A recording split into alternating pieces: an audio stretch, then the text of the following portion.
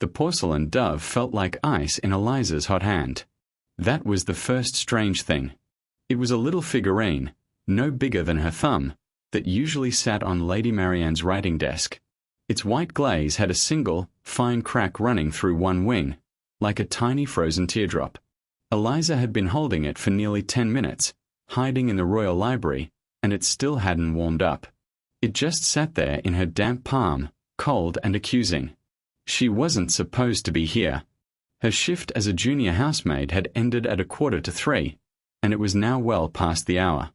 The long case clock by the astronomy section had just finished its deep, brass asterisk bong. Bong. Bong. Asterisk echoing through the silent, towering shelves. She should have been in the servants' hall, enjoying a cup of lukewarm tea and a slice of yesterday's bread before the evening duties began. Instead, she was pressed against the cool oak of the library side door, her ear straining so hard it ached. Outside the door, in the polished marble corridor, 2 footmen were talking. Their voices were low, meant to be private, but the library's acoustics were strange. Sounds travelled up from the grate near the floor. "The announcement is tomorrow," one voice said, boots shuffling. "After the court gathers at 11. "A political match, then," the second voice replied, a hint of a shrug in his tone. "The prince doesn't look happy about it. Saw him in the East Gallery yesterday. He looked right through me, like I was a pane of glass." Eliza closed her eyes, her fingers tightening around the dove. They were talking about Crown Prince Alastair and his impending marriage. A union with a distant kingdom's princess to secure a trade treaty. Royal gossip was the palace's heartbeat, but this news had a different weight. It was a stone dropped into the still pond of their lives, and the ripples were about to reach everyone. Especially Lady Marianne. Marianne wasn't royalty. She was a duke's daughter, a lady-in-waiting to the Queen, and for the last 6 months, she had been quietly, desperately, in love. Not with a prince or a lord, but with Thomas, the head stable boy. It was a secret as fragile as the dove in Eliza's hand. And Eliza, with her neat, elegant handwriting, a skill her late mother, a schoolteacher, had drilled into her, had become its keeper. It started in February. Marianne, trembling and pale, had confessed she couldn't risk writing to Thomas herself. Her handwriting was too distinctive, too easily recognized. Would Eliza, could she? So, Eliza had become a forger of love notes. She would sit in the corner of Marianne's sunlit chamber, a spare sheet of the lady's own cream-coloured stationery before her, and mimic her looping, graceful script. Asterisk, "Meet me by the old willow at moonrise. The red carnation in your buttonhole made my heart skip." Asterisk, simple, sweet words. She'd slip the folded notes to Thomas when she took the shortcut past the stables to the herb garden. He'd nod, his ears turning pink, and tuck it into his shirt. It was a secret, and it was a game, and it made Eliza feel like she was part of something beautiful and dangerous. Until now. Because with the prince's formal engagement, the palace had tightened like a fist. The Queen demanded absolute propriety. The head chamberlain, a man named Rigby with eyes like grey flint, had declared a review of all household affairs. It meant inspections, audits, and a deep, digging look into everything. And just yesterday, Rigby had announced a specific order. All personal correspondence going in or out of the servants' and ladies' quarters was to be logged and reviewed. A precaution, he'd said. The hairline fracture in Eliza's world wasn't the cracked dove. It was the ledger. The heavy, leather-bound correspondence ledger that now sat on Rigby's desk. He would be looking for anything out of place, any secret lines of communication. And while Thomas and Marianne had been careful, they hadn't been asterisk perfect star. There was the note that got dropped in the courtyard last week, slightly rain-spotted, that Eliza had to quickly snatch up. The time a kitchen maid had given Eliza a curious look when she'd passed a note near the laundry lines. Small, loose threads. If Rigby looked too closely, if he questioned Thomas, the stable boy was kind, but he wasn't strong under pressure. He'd confess to save his position. And then he'd name Eliza as the carrier. And then they'd find her, with her talent for mimicry. The cold from the dove seemed to seep into her bones. A new sound came from the corridor. The crisp, unmistakable asterisk click click click asterisk of polished boots marching with purpose. The footman's chatter ceased instantly. Eliza held her breath. The boots stopped right outside the library door. The handle turned. The door swung inward, and the sharp, clean scent of lemon oil and starched linen was overwhelmed by the smell of rain-washed stone from the corridor. Silhouetted against the grey afternoon light was the tall, rigid frame of head Chamberlain Rigby. His eyes, those flinty chips, swept the room and landed on Eliza, still frozen by the door, the porcelain dove visibly clutched in her hand. For a long second, there was only the sound of Eliza's own blood pounding in her ears. Her mouth was dry as sand. Rigby didn't ask what she was doing there. He didn't comment on the stolen figurine. His expression was unreadable, a mask of professional duty. He took 2 steps into the library, the sound echoing in the vast quiet. He looked at her, and then at the empty main desk where the library's assistant usually sat at a. "Bring me the correspondence ledger," he said, his voice flat and final.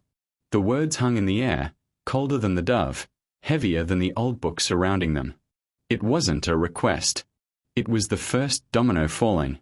The ledger. The proof. Her handwriting. The game was over, and the investigation had just walked through the door and found her standing in its path, holding a tiny, broken bird. She realized, with a jolt, that she was still in her maid's uniform, a grey dress with a white apron, now smudged with a bit of dust from the doorframe. She was utterly out of place. Her mind raced, empty of any clever excuse. All she could do was nod, a stiff little jerk of her chin, and force her feet to move toward the assistant's desk, where the dreaded ledger, a book of ordinary rules about to expose an extraordinary secret, was waiting. The cold from the porcelain dove was now a sharp, specific pain. Eliza looked down at her hand, her knuckles white as bone, and saw a tiny bead of crimson welling up where a jagged edge of the crack had bitten into her palm. She hadn't even felt it happen. The world had narrowed to the sound of Chamberlain Rigby's voice, and the weight of his command. "Bring me the correspondence ledger." She managed another stiff nod, her throat too tight to speak. Turning from his flint-grey gaze felt like turning away from a cliff's edge. Her shoes, soft-soled for quiet work, made no sound on the polished wooden floor as she walked to the library assistant's desk. It was a small, tidy space under a high window. The ledger was right there, as she knew it would be. A thick, brown leather book with a brass clasp, looking perfectly innocent. It felt heavy as a brick when she picked it up. She carried it back to Rigby, her arms trembling slightly. He took it without a word, his fingers brushing the cover. He didn't open it. Not yet. He simply held it, his eyes still fixed on her. "That belongs to Lady Marianne," he said, nodding at the dove in her clenched fist. It was broken," Eliza whispered, the first word she'd managed. "I was going to have it mended." "A kind thought," Rigby said, but his tone held no kindness. It was flat, observational. "Return it to her chamber. Then report to the servants' hall. Do not go elsewhere." It wasn't a suggestion. It was a box drawn around her. She was to go from the library, to Marianne's room, to the hall. A straight line, under watch. Eliza curled her fingers, hiding the cut and the dove, and dipped into a curtsy. As she hurried out into the corridor, the air felt different. It was still the same palace, with its tall windows and portraits of stern-faced ancestors, but it was charged now, like the moment before a summer storm. The walk to the east wing, where the ladies-in-waiting had their rooms, was the longest of her life. Every open doorway felt like an eye. Every passing servant, a laundress with a basket of sheets, a junior footman carrying coal, seemed to glance at her a moment too long. She kept her head down, focusing on the pattern of the runner carpet, red roses on a navy background. She counted them. 23 roses to the main staircase. Lady Marianne's door was at the end of a quiet hall, painted a soft cream colour. Eliza knocked, lightly. There was no answer. She tried the handle. It was unlocked. She slipped inside, closing the door behind her with a soft asterisk click asterisk that sounded far too loud. The room was empty. The morning sun that usually flooded the space was gone, replaced by the dull grey light of the cloudy afternoon. Everything was in perfect order. The bed made, the hairbrushes aligned on the dressing table, a book left open on the window seat. But it felt still. Abandoned. Eliza walked to the writing desk. The spot where the dove usually sat was empty, just a faint circle in the light dust. She placed the figurine back, the crack in its wing glaringly obvious. The tiny drop of her blood had smeared on its white surface. She quickly wiped it with her apron, leaving a faint pink streak. A wave of nausea hit her. This was where she'd sat, so many times, pen in hand. This was where the secret had lived. And now Rigby had the ledger. How many entries were there? She tried to remember. A note passed last Tuesday. One the Friday before that. Each one logged in her own plain script as Lady M, personal correspondence to family. A lie. A simple, dangerous lie. She left the room, the empty silence pressing in on her. Her next prison was the servants' hall. The hall was in the basement of the palace, a large, low-ceilinged room with a massive fireplace and long wooden tables. It was usually noisy at this time, the clatter of dishes from the scullery, the murmur of conversation as staff stole a few minutes of rest. Today, it was quiet. A dozen or so servants sat around, but no one was talking. A kitchen boy was nervously polishing the same spoon over and over. Two housemaids sat side by side, their shoulders touching, not looking at each other. Eliza took a seat on a bench near the back, the ruff wood snagging her apron. She watched the door. Within minutes, her fears took solid form. Two of Rigby's senior footmen, men named Charles and Henry who were known for their efficiency, not their smiles, appeared in the doorway. They carried no weapons, but their presence was a weapon itself. They moved with a terrible, methodical calm. They went from the hall into the adjoining dormitories, the small, shared rooms where maids like Eliza slept. They didn't shout. They didn't tear things apart. But the sounds were unmistakable. The scrape of a wooden trunk being pulled out, the thud of a mattress lifted, the crisp rustle of papers being examined. It was violence done quietly, and it made Eliza's skin crawl. She tasted copper again and realized she'd bitten the inside of her cheek. A girl named Bess, a laundry maid with frizzy red hair, came out of the dormitory, her eyes wide and red-rimmed. She hurried to the far corner and just stood there, shaking. They'd found something. A letter from a sweetheart, maybe. Something innocent that was now guilty by existing in this hunted space. Eliza's mind was a trapped bird, fluttering against her ribs. They would come for her things next. She had nothing hidden there, no notes. But that wasn't the point. The point was the pattern. Once they finished with the physical search, they would start the verbal one. They would call people in, one by one, and ask questions. Asterisk, have you carried messages? Have you seen anything unusual? Do you know about the stable boy and the lady? Asterisk. Thomas. Kind, simple Thomas with his easy smile. He wouldn't withstand a minute of Rigby's pressure. He'd confessed to writing the notes himself before he'd let them suspect Marianne. He was that loyal. And he would, without meaning to, lead them straight to Eliza, the messenger. She had to move. She had to do something. The thought was a clear, cold spike in the panic. Sitting here, waiting for the axe to fall, was impossible. Just then, a commotion echoed down the stone staircase from the main floor. Raised voices. One was Rigby's, low and steady. The other was higher, strained, and vaguely familiar. It was Mr. Alban, the Prince's visiting history tutor. A fussy, mild-mannered man who was always losing his spectacles and arguing about ancient border treaties. I must protest, Chamberlain. The protocol for the Prince's studies is very clear, and this, disruption. Eliza saw her chance. A slim, terrible chance. The footmen, Charles and Henry, glanced at each other and then toward the staircase, distracted by the argument. The path to the dormitory door was clear for just a moment. She didn't let herself think. Thinking would have stopped her. She simply stood, as if to stretch her legs, and then walked, not too fast, toward the doorway. She slipped inside the dormitory she shared with 3 other maids. The room was in disarray. Bess's trunk was open, Her few belongings unfolded. Her own narrow bed was next. The mattress was slightly askew. They hadn't gotten to her yet. Her hands were trembling violently now, a fine, constant shake. She knelt by her own small wooden trunk, fumbling with the simple latch. Inside were her things: 2 spare aprons, a second grey dress, a hair ribbon, a small book of poems her mother had given her. And at the very bottom, tucked inside the poetry book, was her crime. Not an original note, but a practice sheet. A scrap of paper where she had been perfecting her mimicry of Marianne's handwriting.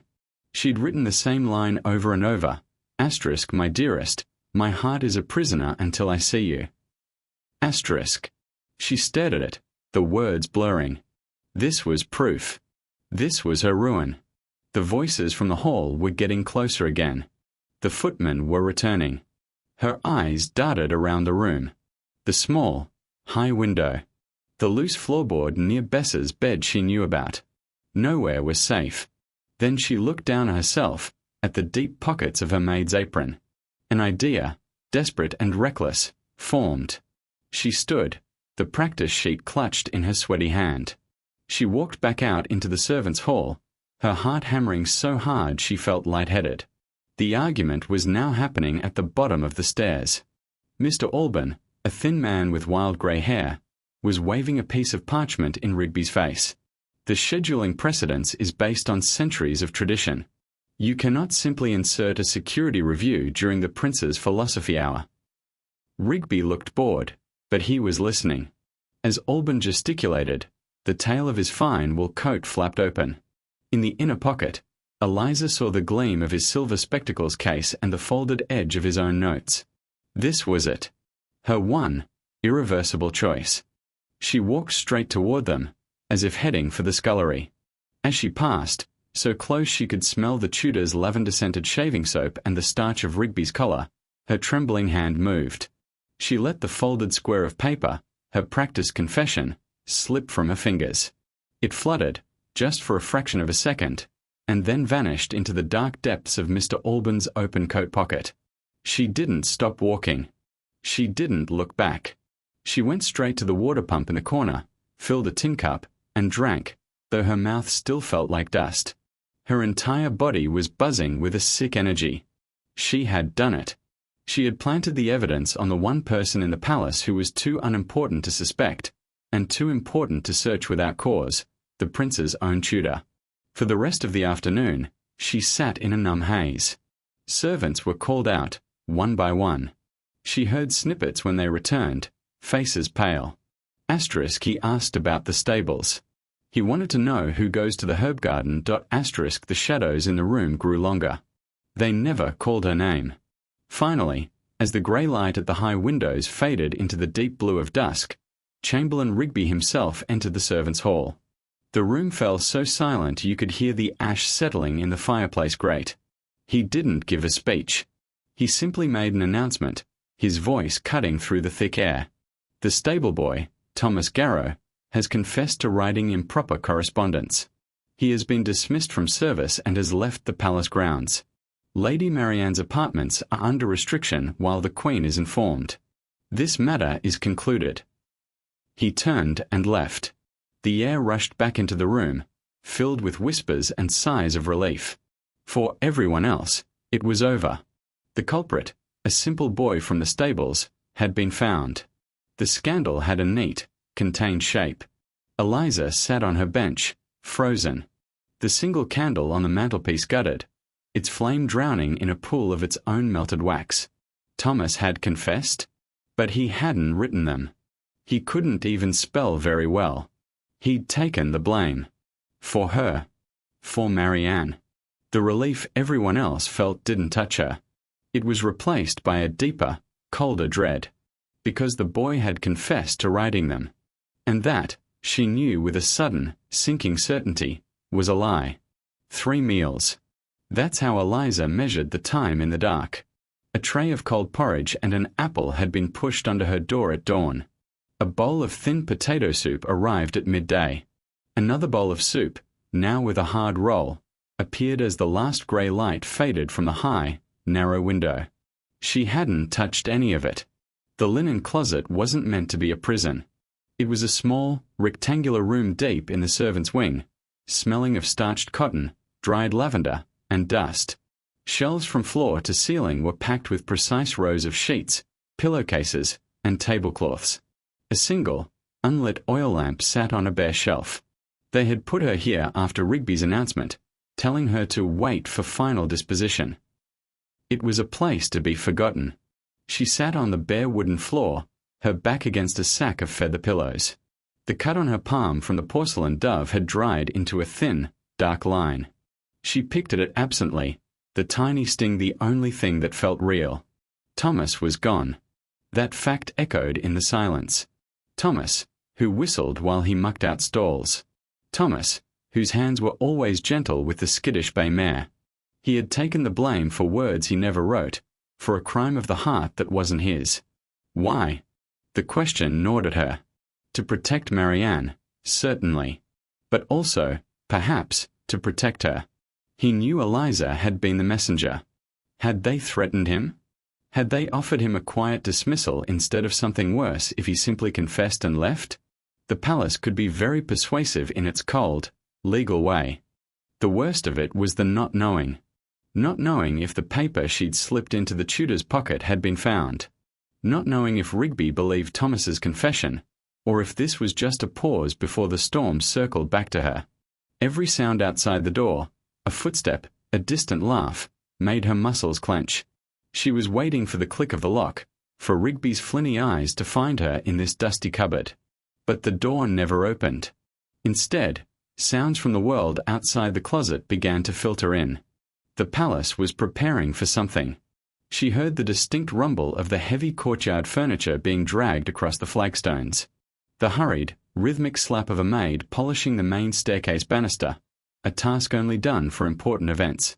A gardener's voice, right under her window, muttering about where to place the large potted orange trees. They were preparing for the official courtship announcement. Prince Alistair and Lady Marianne. The thought was a physical weight on Eliza's chest. As the afternoon bled away, a different sound rose up. It was the murmur of a gathering crowd, polite applause, the distant, cheerful music of the court musicians. The ceremony was beginning. Eliza stood, her legs stiff and prickling with pins and needles. She dragged an empty wooden crate beneath the high window. Standing on it, she could just get her chin over the sill. The window looked out onto a sliver of the main courtyard. She couldn't see the dais or the prince, but she could see the edge of the assembled court, ladies in pastel dresses like a garden of flowers, men in dark coats standing stiffly. The air smelled of damp earth from the potted trees and the sweet, cloying scent of forced hyacinths. Then she heard the voice. Lady Marianne's voice.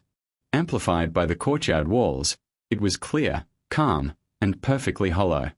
"I am deeply honoured by His Highness's attention," Marianne said, each word precise and empty as a blown glass ornament. "I accept this courtship with gratitude and a sincere hope for our family's futures." There was another round of applause, but Eliza heard none of it. All she heard was that deadness in Marianne's tone. It was the sound of a door closing, the sound of a songbird put back in its gilded cage, the wild, hopeful light in its eyes snuffed out. The Marianne who had giggled and pressed a secret note into Eliza's hand, whose eyes had sparkled with mischief and fear, was gone. In her place was a polite, beautiful statue. Eliza stepped down from the crate, her knees buckling. She sank back onto the floor, the rough wood biting through her dress. This was her mirror moment, there in the dust motes dancing in a thin shaft of light. She saw herself clearly. She had thought she was helping a romance. She had been a player in a beautiful game. But she was just a tool. Her clever hand had written the words that built a dream, and now her fear had helped shatter it.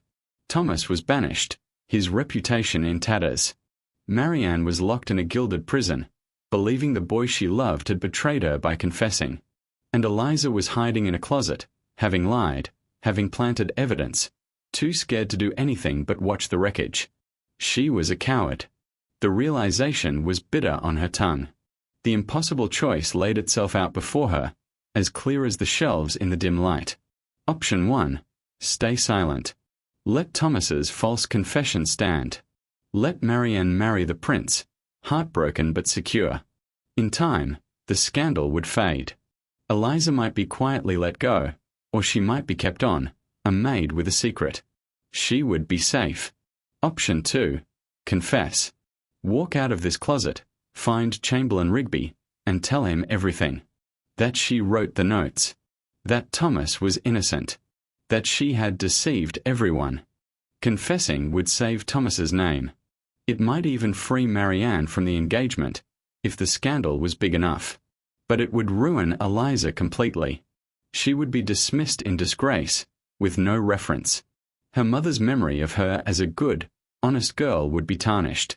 She might never find work again. She would be alone, with nothing. Tears she hadn't known she was holding back began to fall, hot and silent, cutting tracks through the dust on her cheeks. She hugged her knees to her chest, making herself small in the vast, dark silence of the palace. The music from the courtyard switched to a slow, stately dance. A celebration was happening out there. In here, there was only the smell of old linen and the taste of her own salt tears. Hours passed. The music stopped. The sounds of the crowd faded, replaced by the normal night sounds of the palace, the calling of the watch, the distant clang of the kitchen cleanup. A fourth meal was not brought. She was truly being forgotten. Then, near midnight, she heard it. The guard change. She'd been counting the calls of the watchman in the courtyard. For rotation since she'd been put in here. His tired call of "all's well" was answered by a fresh, younger voice. After a moment, the two guards spoke, their voices a low murmur right outside her door. "Quiet night," the new one said. "Aye," grumbled the old watchman, sounding relieved to be finished. "After all that fuss today. Did you hear about the stable boy? Garrow. That he ran off with a handful of the Queen's silver?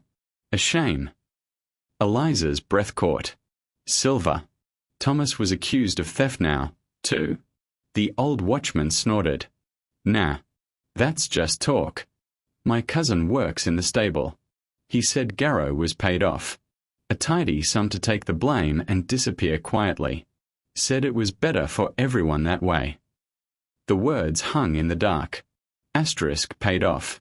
A tidy sum. Asterisk. The young guard whistled low. Who'd pay for that? "Who do you think?" the old man said, his voice dropping to a true whisper Eliza had to strain to hear. "Someone who wanted the mess cleaned up fast. Someone who couldn't have the real writer found." Their footsteps moved away, down the corridor, their conversation lost. Eliza sat in the sudden, crushing silence. The truth, sharp and cold, finally settled into place. Thomas hadn't confessed out of loyalty or under threat. He had been asterisk paid star. Someone had given him money to say he wrote the notes and leave. But who? Not Marianne. She had no money of her own. Not Rigby. He would have wanted the true culprit, not a cover-up. And then Eliza realized the stable boy's confession was a lie, a carefully purchased lie. Someone with money and power had orchestrated it. Someone who wanted the investigation to stop, not out of kindness, but to protect something, or someone, else. The real writer was still here, still a secret. And Thomas had been just a pawn, paid to sweep the whole embarrassing affair under the royal rug. The first light of dawn was a pale, grey smudge against the high window of the linen closet. Eliza hadn't slept. She had sat on the floor all night, the watchman's words turning over and over in her mind like stones in a polisher, each rotation making them smoother, harder, clearer.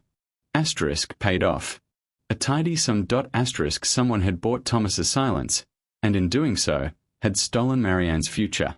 A strange calm had settled over her, a quiet that came after the storm of tears. The fear was still there, a cold knot in her stomach, but it was joined now by something else, a spark of anger. It wasn't a hot, blazing anger, but a slow, steady burn. They had used her hands, her secrecy, and then they had used Thomas, tossing him away with a bit of coin. They thought they could sweep this away like dust under a rug. They thought she was just a scared maid in a closet. She looked down at her hands, pale in the dim light. Her flaw. Her talent. The thing that had gotten her into this mess was now the only thing that might get her out of it. They were good hands. Strong from scrubbing, but also clever. They could mimic any lady's looping script, any servant's clumsy print. They could write a story the palace wasn't ready to hear. She needed ink. She needed paper. She looked around the cramped closet. The shelves held only fabric. But on the floor, in the corner, was a small pile of discarded things, a torn pillowcase deemed unfit for the royal bedrooms, a dust rag blackened with polish, the empty sack that had held the feathers. Useless. Then her eyes landed on the small, unlit oil lamp on the shelf. She stood, her stiff joints protesting, and took it down. Unscrewing the metal base, she peered inside. It was dry, but the inside was coated with a thick, greasy layer of black soot. A messy, imperfect ink. For paper, she looked at the torn pillowcase. It was plain, unbleached cotton, soft and thin. She grabbed it and, using her teeth, tore a long, ragged strip from the hem. Then another. She had a pile of rough, off-white strips. She knelt on the floor, using the flat wooden base of the crate as a desk. Dipping her finger into the sooty lamp, she began to write. The first mark was a smudgy grey, but as she worked more soot onto her fingertip, it darkened. It was messy. It was imperfect. And that was the point. She did not write one note. She wrote many. And she did not write them in her own neat hand, or in Marianne's elegant script. On the first strip, she wrote in a blocky, deliberate print, the kind a guardsman might use. Asterisk he was paid to lie. Asterisk. On the next strip, she used a loopy, exaggerated handwriting with little hearts over the eyes, like a lovesick kitchen maid. Asterisk Thomas never wrote a word. Asterisk. Another, in a spidery, shaky script that suggested an older servant. Asterisk ask who paid the boy. Ask why. Asterisk. She wrote a dozen different messages, each on its own ragged scrap of fabric, each in a completely different style. They all said the same basic thing. Thomas Garrow was innocent. His confession was bought. The real secret was still inside the palace walls. She was not trying to prove her own innocence anymore. She was trying to start a fire of doubt. When the guard brought her morning tray, more cold porridge, she was sitting calmly, her hands folded in her lap, the soot mostly rubbed off on her apron. She took the tray with a quiet thank you. The guard, a young man she didn't know, barely looked at her.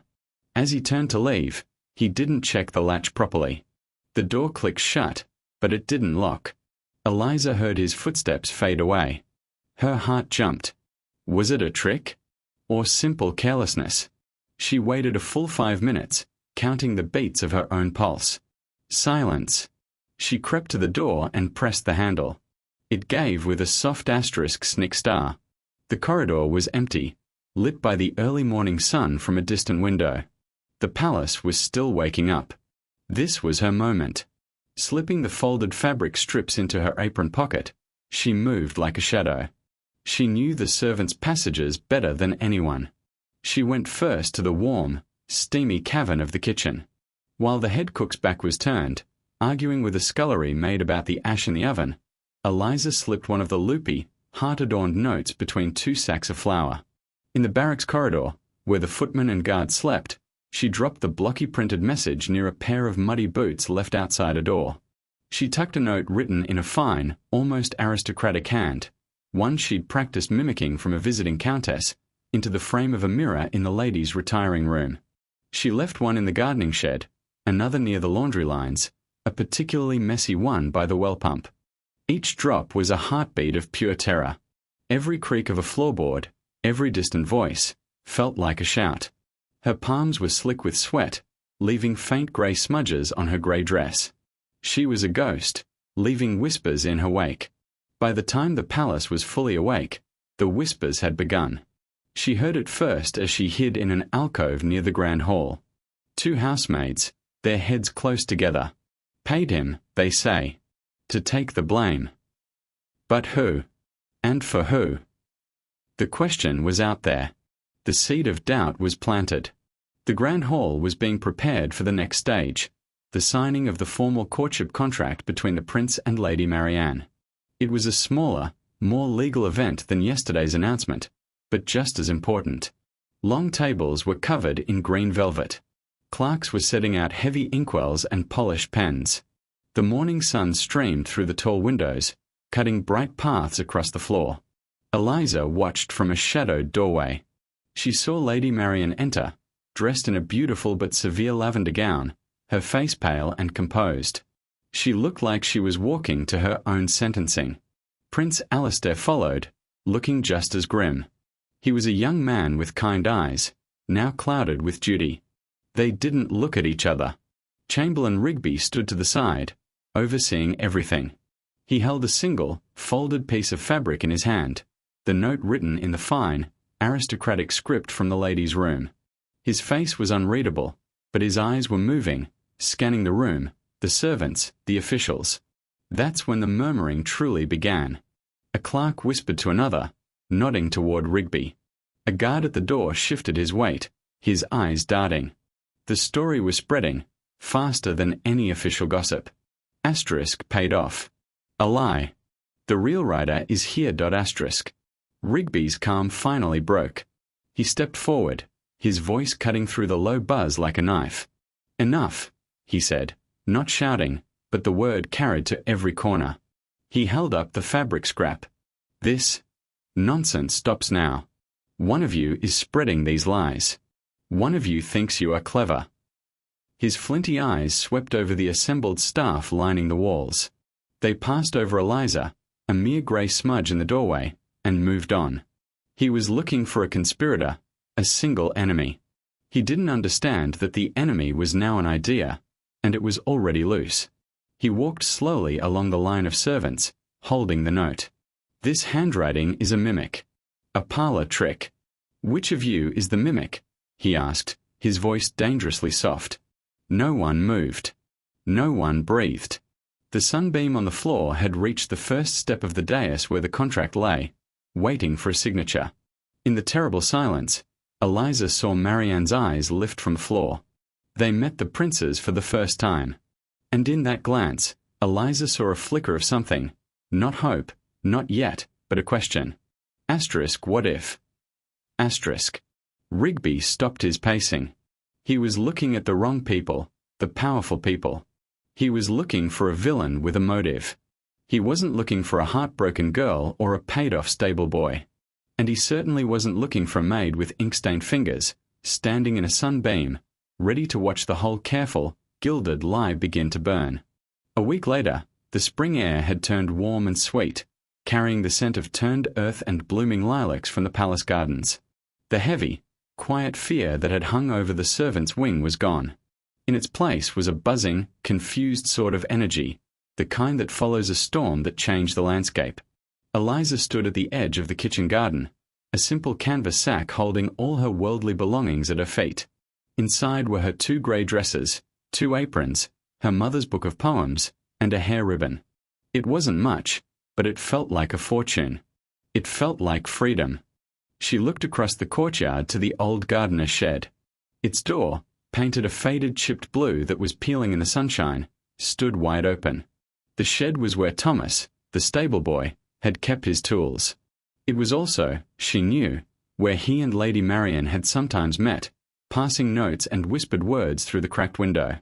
It had been the secret heart of their story. She walked over to it, the gravel crunching softly under her shoes. Inside, the shed was dim and smelled of peat moss, leather, and oil. Sunlight streamed through the dusty window, illuminating floating motes of dust. On the rough wooden workbench, scattered among clay pots and bundles of twine, something gleamed. It was the porcelain dove. Eliza's breath caught. She hadn't seen it since she'd placed it back on Marianne's desk a lifetime ago. She reached out and picked it up. It was warm from the sun. The fine crack in its wing was still there, but it was no longer an ugly, dark line. It had been filled with a resin the color of deep gold, making the floor look like a delicate, intentional vein of precious metal. The repair made the dove more beautiful, more interesting, than it had ever been when it was perfect. Beside where the dove had sat was a single sheet of fine, cream-colored paper. It was not folded like a secret note. It was left open, weighed down by a smooth river stone. Eliza recognized the handwriting immediately. It was Lady Marianne's own, not a mimicry, but the real, graceful script she'd so often copied. It was a letter of employment offer, signed by the Duchess of Fardingale, a distant relative of Marianne's known for her eccentric and scholarly ways. The Duchess was seeking a personal scribe and librarian, someone with a steady hand and a discreet mind. The terms were fair, the salary more than Eliza had ever dreamed of. It included room and board in a small cottage on the Duchess's estate, which was said to have a library with over 3,000 books.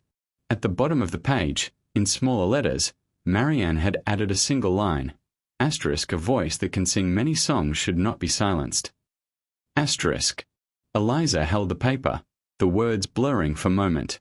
She understood. This was her way out. This was her thank you. And it was given in a way that asked for no confession, required no awkward conversation. It was a gift of pure grace. She placed the letter carefully into her sack, and she pocketed the golden-veined dove. It felt like a talisman. Hoisting her sack over her shoulder, she took one last walk through the parts of the palace she had known. She passed the quiet library, its door closed. She walked down the corridor where she had first heard the footman gossip. It was all just a place now, bricks and mortar and memory. Her final stop was the rose garden. New, green shoots were pushing vigorously through the dark earth around the established bushes, a promise of the blooms to come. On a stone bench nestled between two fragrant bushes of white roses, Lady Marianne Saturday. She wasn't with the prince. She was alone, a book open in her lap. But she wasn't reading. She was looking at a single, red carnation that lay on the page beside her. A faint, unguarded smile touched the corners of her mouth. It was a small smile, but it was real. It was her own. The official story, the one for the court gossips, was that the courtship between Prince Alastair and Lady Marianne had been mutually and amiably postponed due to the recent unsettled atmosphere. The investigation into the love notes had been officially closed, its findings inconclusive. Thomas Garrow was still gone, but the rumor of theft had vanished. The whispers Eliza had started had done their work. They hadn't exposed a villain, but they had poisoned the well of certainty. No one could be sure of anything anymore, and in that uncertainty, a rigid plan had fallen apart. Eliza didn't know who had paid Thomas. Maybe it was a well-meaning relative of Marianne's, trying to avoid a bigger scandal. Maybe it was someone in the prince's circle, wanting to remove an obstacle. She realized it didn't matter. The system had tried to bury the truth with money and lies, but a few whispers on scraps of fabric had dug it back up. She turned and walked down the gravel path that led away from the palace, away from the world of whispers and rules. The sack on her shoulder was light. The dove in her pocket was warm. The letter promised a new life, not as a hidden forger, but as a scribe. A keeper of real stories, written in honest ink. She didn't look back. The path ahead was lined with wildflowers just coming into bloom, and the sun was warm on her face. She had learned that even the smallest voice, if it is true, can echo farther than the loudest royal command. And sometimes, the most beautiful things are not the perfect ones, but the broken pieces, carefully mended with gold.